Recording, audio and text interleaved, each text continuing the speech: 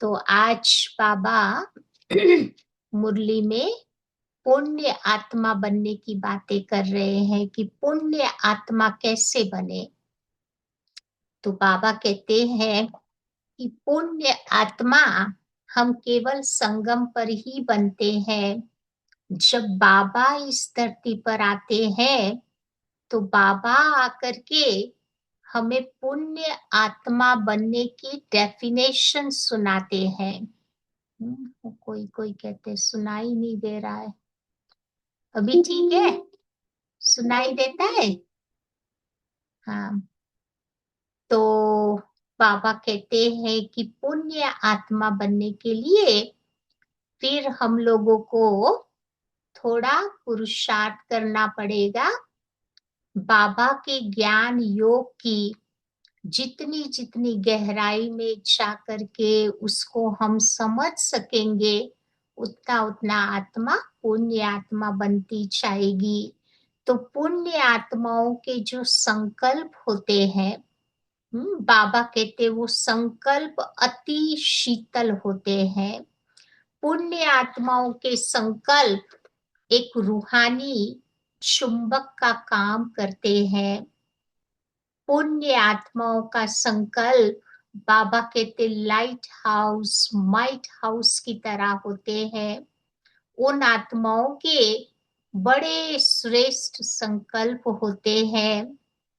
उनके संकल्प एक शस्त्र का भी काम करते हैं और पुण्य आत्माओं के संकल्प एक स्विच के बरोबर होते हैं।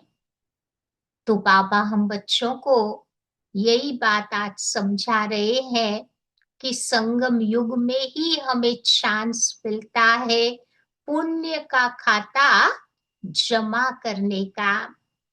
संगम युग पर जो बाबा से हमें खजाने मिले हैं उन खजानों को हम अपने जीवन में दान करते रहेंगे तो फिर हमारा पुण्य का खाता जमा होता जाएगा।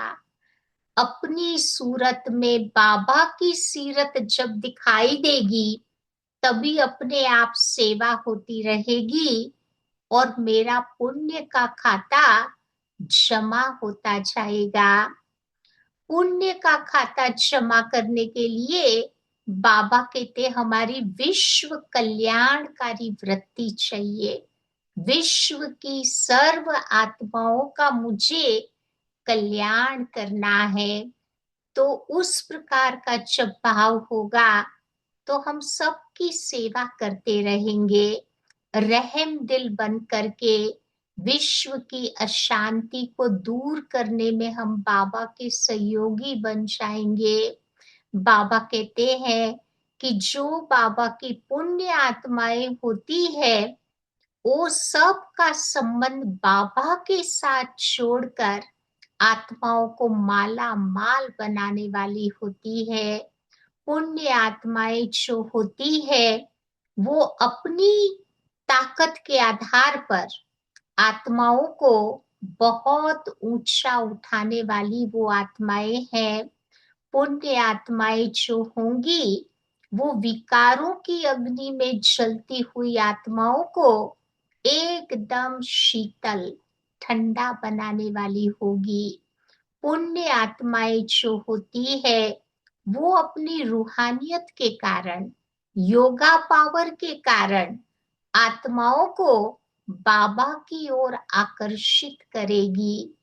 जो पुण्य आत्माएं होती है उनकी तकदीर की लकीर बहुत लंबी होती है। बाबा ने तो इस समय हमें अपने हाथ पे दे दी है ना तकदीर की लकीर।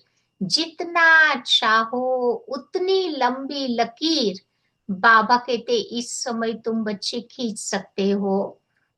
बाबा ने ये भी बताया है कि वशीकरण मंत्र के द्वारा हम आत्माओं को ये सिखा सकेंगे कि अपने मन को मुझे कैसे वश करना है।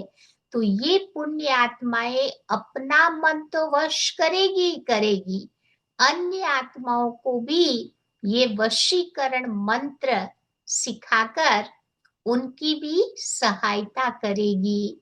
पुण्य आत्माएं ही, बाबा कहते हैं, भटकती हुई आत्माओं को मंजिल दिखाने वाली होती है। जो पुण्य आत्माएं होती है वो अनेक प्रकार के बंधनों से आत्मा को छुड़ाकर उसे स्वतंत्र बनाने वाली होगी। और पुण्य आत्माएं जो होगी, बाबा कहते वो असंभव कार्य को भी अपनी ज्ञान योग की शक्ति के आधार से उसे संभव बना सकेगी। तो ऐसी पुण्य आत्माओं को आज बाबा बहुत प्यार से याद कर रहे हैं। और ऐसी पुण्य आत्मा बनने के लिए पुरुषार्थ मुझे कौन सा करना पड़ेगा? तो बाबा ये भी बता रहे हैं कि बाबा की जो श्रीमत है उसके पर मुझे चलते रहना है। थोड़ा भी मन मत पर मत अगर मैंने यूज की तो फिर बाबा कहते पुण्य आत्मा नहीं बन पाएंगे। और याद की यात्रा में गफलत नहीं करनी है। अगर बार बार हम भूले करते रहेंगे तो उन्नति नहीं होगी। और आत्माभिमानी बनने का भी मुझे अभ्यास करते रहना है। तो विकारों पर हम जीत प्राप्त कर पुण्य आत्मा बनकर अन्य आत्माओं को भी इस दुख धाम से पार ले जाएंगे। तो आइए सुनते हैं आज की बाबा की बड़ी प्यारी सी मुरली।